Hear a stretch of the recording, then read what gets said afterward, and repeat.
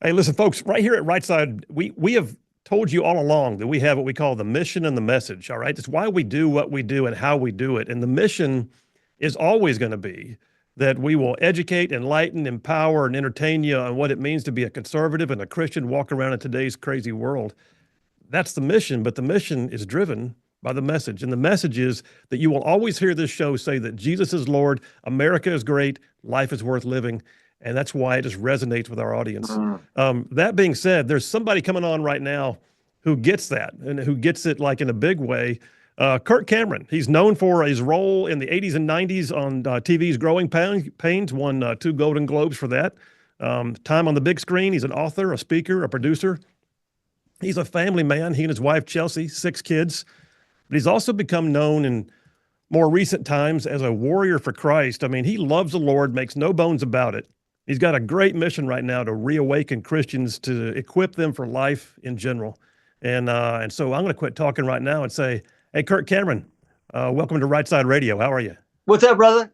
Great to see you. Thanks for having me on the show again. It's always good to be on the right side. I'd rather not be on the wrong side, but I'm still learning. So thanks again for having me on. Look forward to our discussion. No, absolutely. Thank you. And I'll just go ahead and say too, thank you for what you stand for, because I know that in the industry that you grew up in, not everybody takes a stand for their faith. And you often hear that there's more conservatives in Hollywood than you would ever believe, but they just don't always show up and say so. And so I'll just tell you right now, I appreciate it. Well, thank you. I learned from the leftists and the progressives. They take a stand for their faith. They have a whole different faith. It's called secular humanism, and it leads us right into communism, socialism, all these types of isms. And they do a really good job of playing the long game. They've set up their blasphemy laws. You can't say anything derogatory about certain groups of people. You can't question their God, which is the government. And frankly, they often do a much better job than the Christians do of standing for their faith. But I'm feeling the rumblings of revival in this country, of those who really love the Lord Jesus, and they recognize the biblical principles that will lead to our liberty and to our protection and blessing for our kids. And so I'm really excited to be standing shoulder to shoulder with this loving army of compassion that's regaining courage to stand for their faith.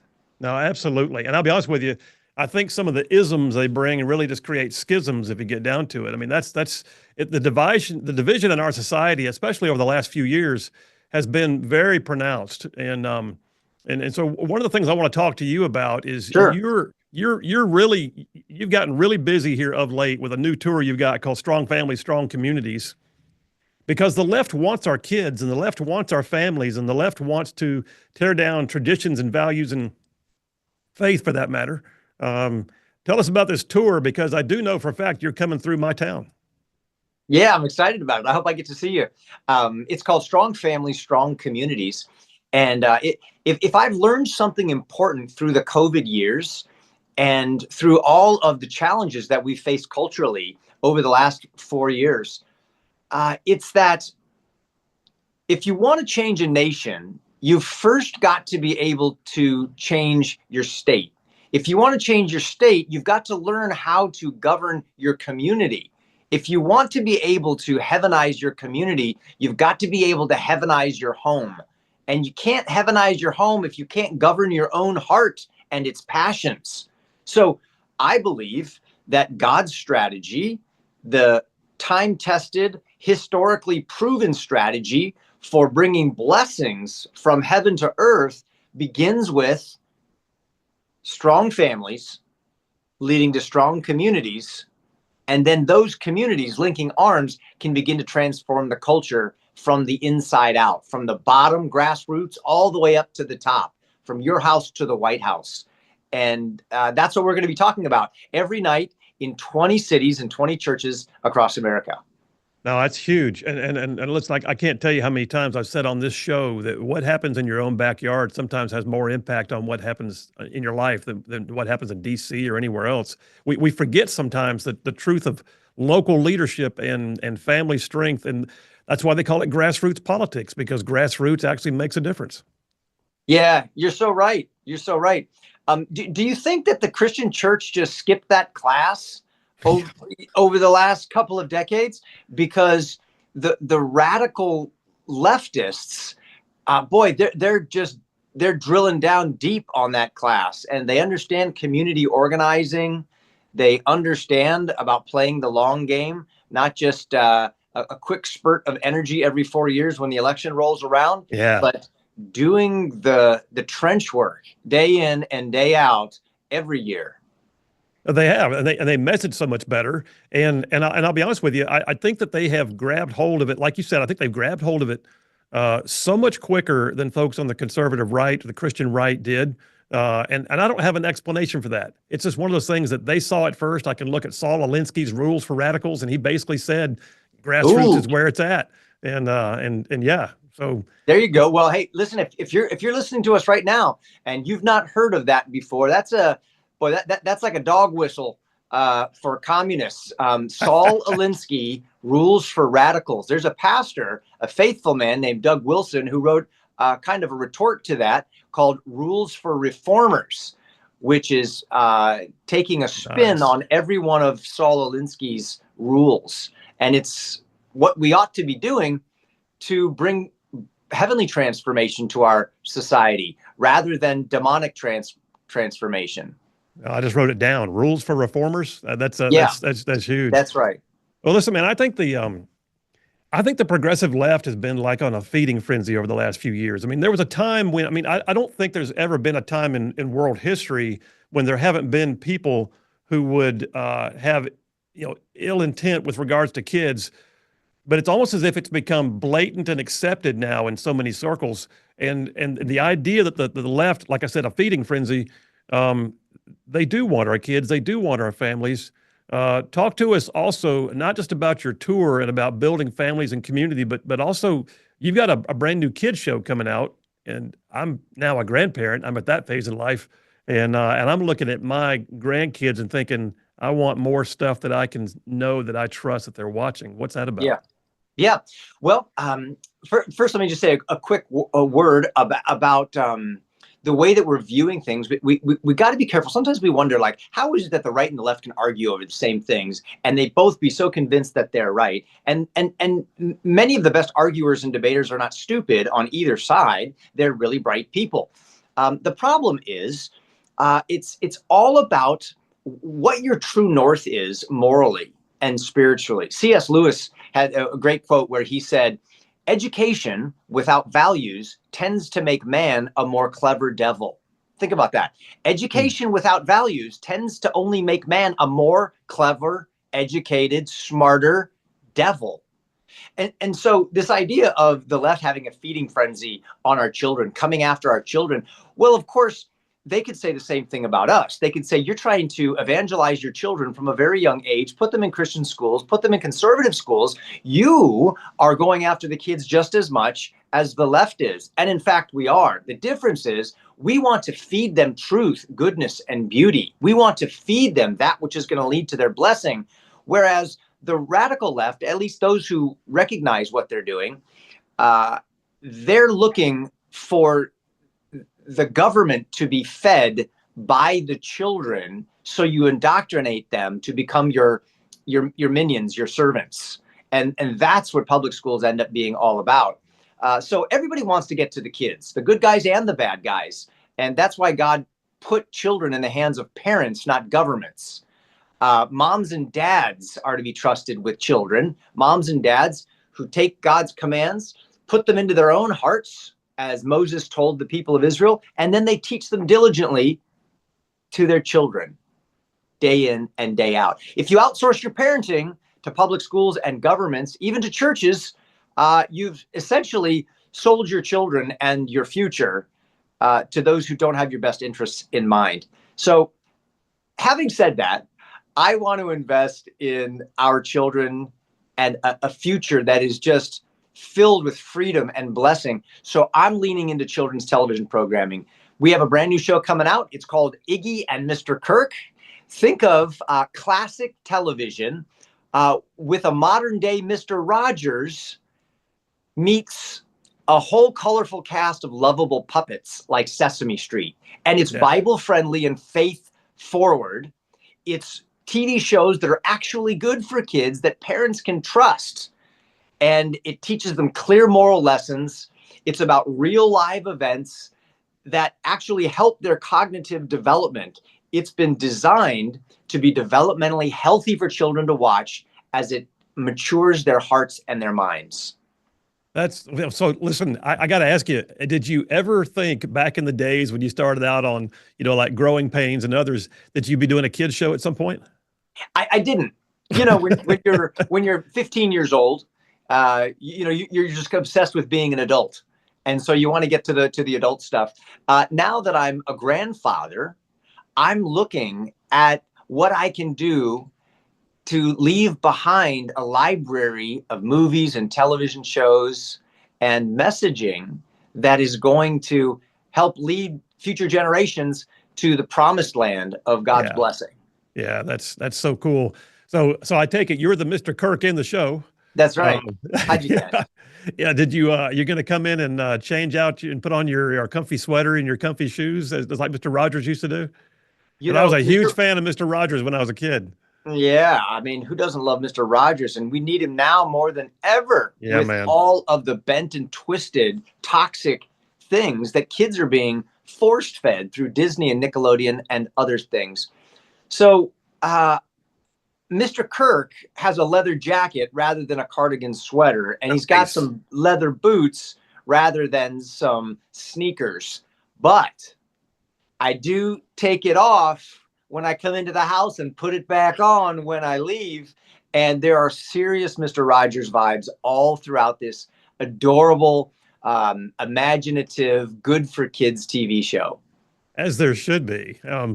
Well, and you said something a minute ago, right before you started talking about the show itself. And it sparked a memory. Scripture says, "In thinking themselves wise, they had indeed become fools." I mean, there's a mode in society right now that wants to retool science, retool gender, retool anything and everything to fit a leftist agenda. But the reality is, one of the differences, and you touched on this, is they're our kids.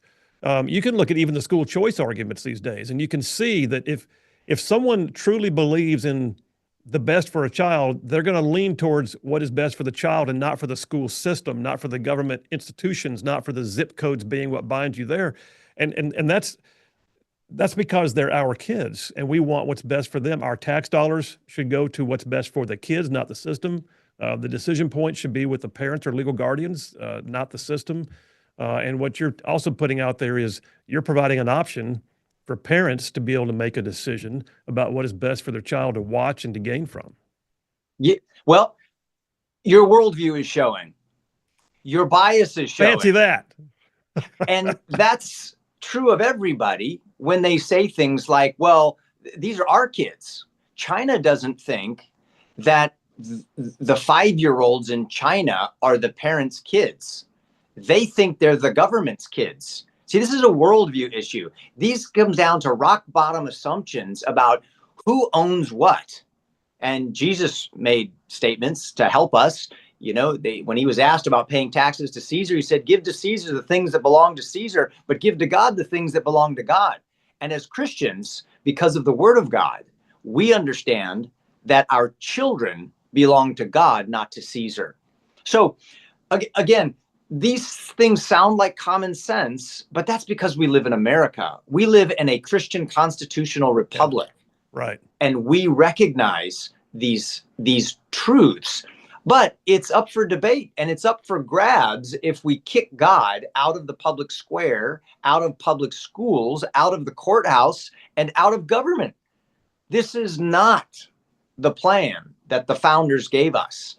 The founders gave us a plan that relies on moms and dads, pastors, educators, raising up the next generation with the principles of Christianity. And I could give you plenty of quotes from Noah Webster and others regarding this, but the Pilgrims understood it. The founders understood it. Everybody who is a true biblicist understands that the strategy has never changed.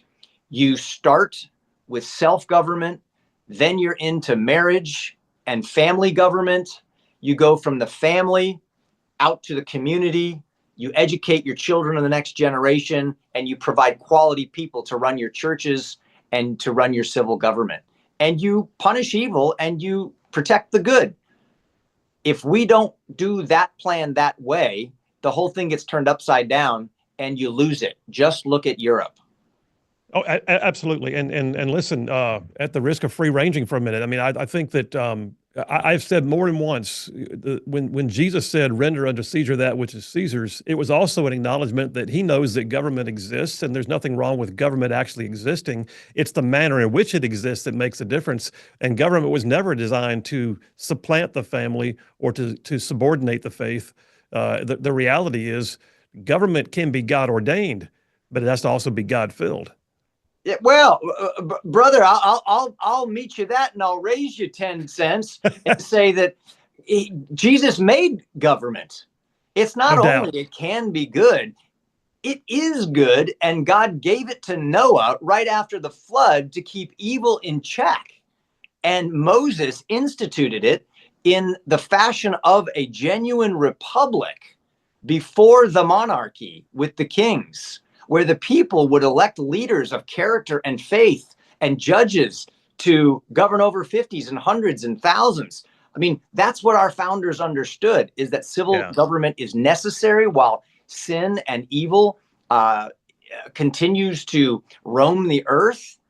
And that's why it's so important that we get our children back to biblical principles. If we don't, we're left with somebody else's principles, and it'll either be Islam or Marx, or it'll be,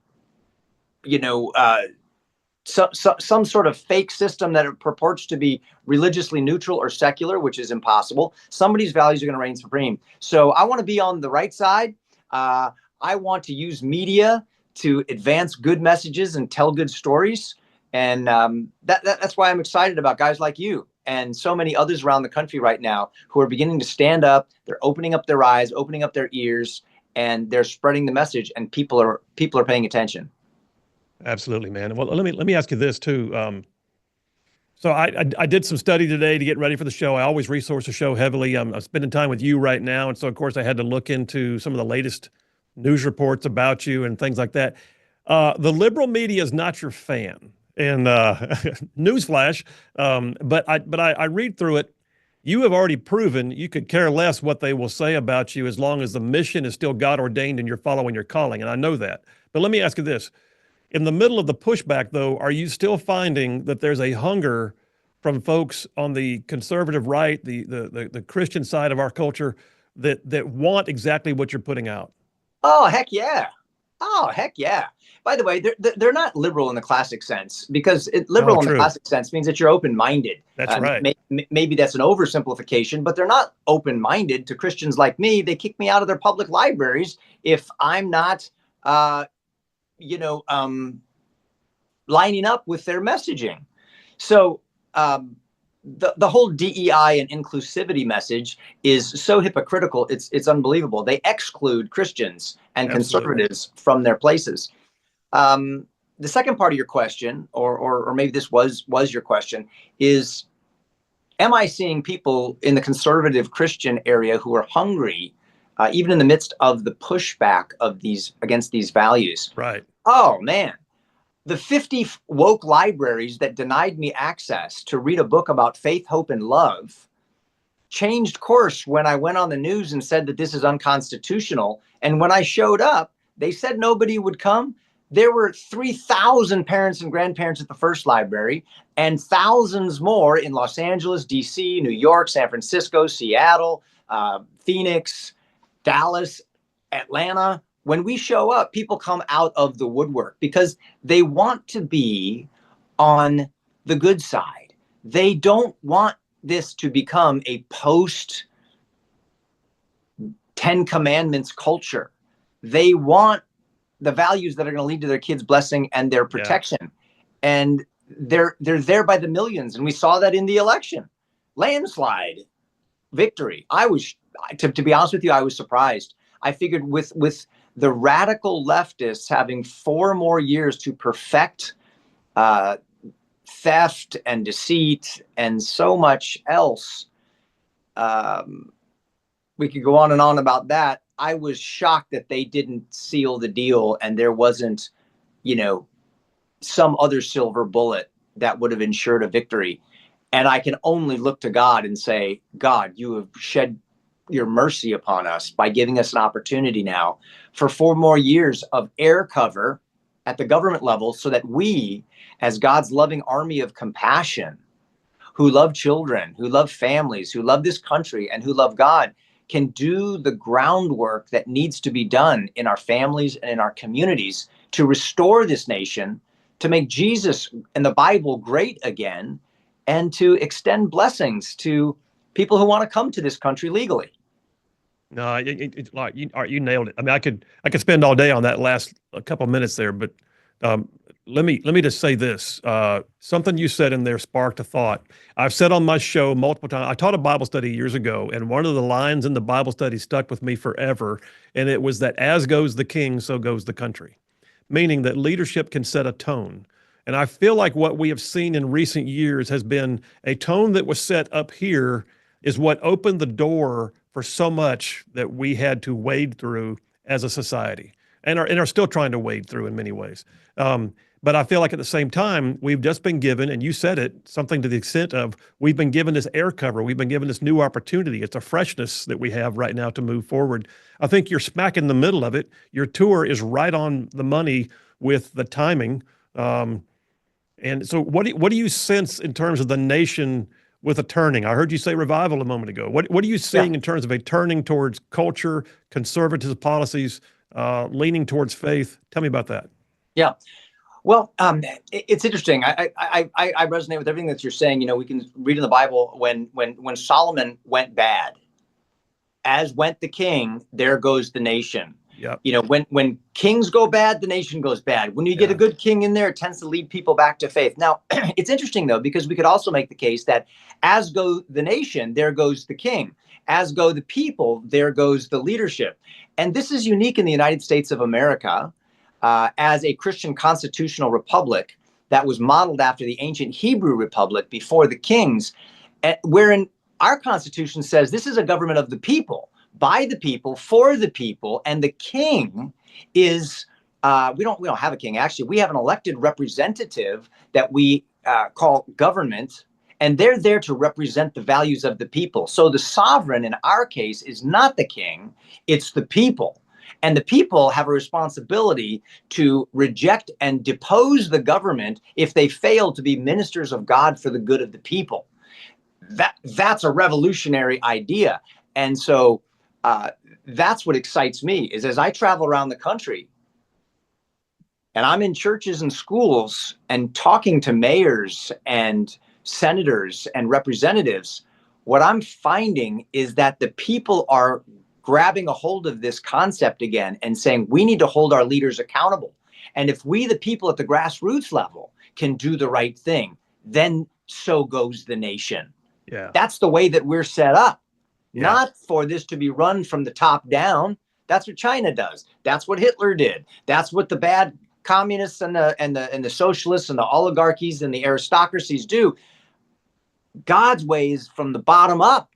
It transforms the heart at the house level and through the community level, from your house to the White House, bottom to top, wholesale revival. That's what gets me really excited. Well, man, you guys kicked it off. So your tour is underway right now, and you've already been in multiple cities, if I'm not mistaken, and you got multiple more lined up. Am I correct in saying your tour kicked off earlier this month, I believe, didn't it? Last week, maybe? Yeah, we're on night number 5 right now. Yeah. We're in Virginia, and it's beautiful outside. We're going to be heading down south again, and we've got about another 15 churches to go, and we're going to be seeing y'all pretty soon. Yeah, you are. March 7th, you'll be down this way. Been going good so far? Oh, it's been going good. And did you notice I used the word y'all in a sentence? I'm a California guy. So this is new. This is a new word in my lexicon. I'm trying my best to make it sound natural. There's a few I don't think I'll ever incorporate, like fixin' and might could and yins and stuff like that. But y'all get ready because we're going to have a great time when we come to your city. That's perfect, man. And listen, I spent a brief sojourn in California, lived out in Laguna when I was a kid. It was the I'm part of the so thing that sorry. It's it, such it it's was such an ugly place. it was part of what drove me to Jesus, just to be honest. Then God sent me to a 3-year timeout. My dad was in the military. We lived overseas, and I was away from everything that I got into when I was in California. But no, Alabama's home, and y'all fits just fine right here. So thank you very much. Hey, and listen, Kirk, if folks want to be ready, not just for the tour, because you're going to be in Alabama, in Gadsden, Alabama, on March 7th, and we'll publish that information and we'll make it known to our audience. And I'm sure your folks will be Yeah, please publicizing it come. too. Get tickets. Come on. Absolutely, We're going absolutely. to They can worship go. an exciting night of inspirational worship. We're going to pray together, and we're going to talk about all of these principles to get ready for America's spiritual and cultural revival. I believe that it's coming, and it comes when we get the right heart and the right mind lined up with God's principles and heroes from history. We can see it again. Well, and where can folks go right now to get tickets if they want to start looking into the idea of going there? KirkCameronTour.com. Go to KirkCameronTour.com. And remember, there's VIP tickets as well. So if you want to come in a little bit early and spend an hour just hanging out, talking, it's kind of a meet and greet. There's all kinds of extra tickets that you can get a hold of as well. All right, perfect. And then I guess one last question. You got that show coming, the TV show. Where are folks going to see it? How's it going to be? Is it streamed? What's going to happen there? This is a free TV show that you can go to watchbrave.com. Watch like with your eyes, and brave.com. And that's where you'll see our the first few episodes for free of Iggy and Mr. Kirk. And then they'll also give you opportunities so that you can subscribe and see the whole rest of the season. We've got 20 episodes already complete on subjects like teaching your kids to tell the truth about self-control, the value of family, and faith in God. That's cool stuff. Well, listen, Kirk Cameron, stay on the fight, brother. Thank you for what you do. We look forward to seeing you in a few weeks here in Alabama. And all y'all, get ready because he's coming. Take care, man. We're fixing to come real soon. All right. Take care. Thanks, Kirk. See ya.